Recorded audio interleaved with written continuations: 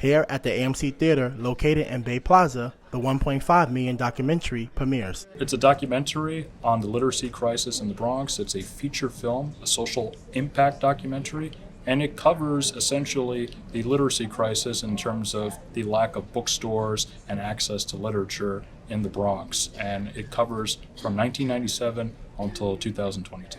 This documentary really highlights an essential problem that I've witnessed myself growing up in the Bronx, which is a literacy crisis, where a lot of people are growing up, graduating high school, even college, but still not having a higher reading level, which is really an essential skill to succeed in business or really any job, any profession that you want to do. So I think this documentary does a great job at highlighting that issue so that people are more aware of it. I'm a voracious reader, and coming back to the Bronx after college and not having any bookstores in my area, I always felt the impulse to venture outside of my borough to really purchase and cultivate a love for culture and reading and creativity. So I was always in Manhattan and Brooklyn.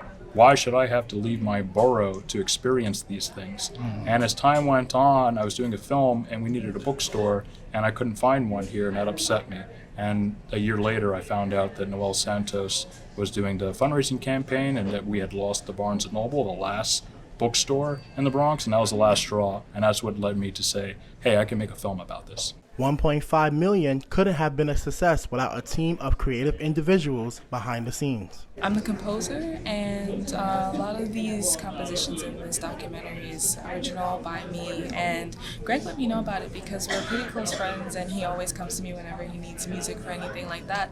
And the first thing I asked him, I was like, okay, how are you feeling?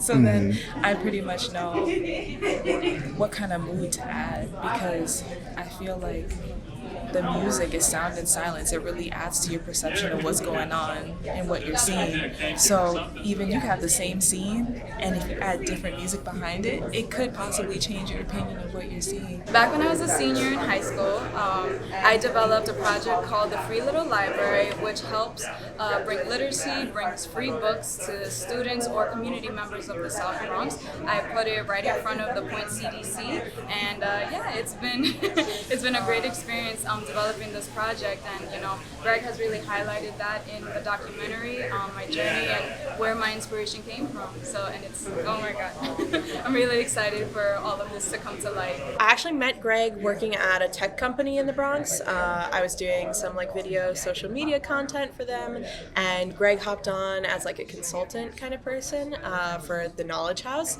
and so I met Greg there, and he just really liked me, so he invited me to come on to his little baby, which is this project. Sophie Yu goes on to explain the importance of having more women in the film industry. I think it's so important.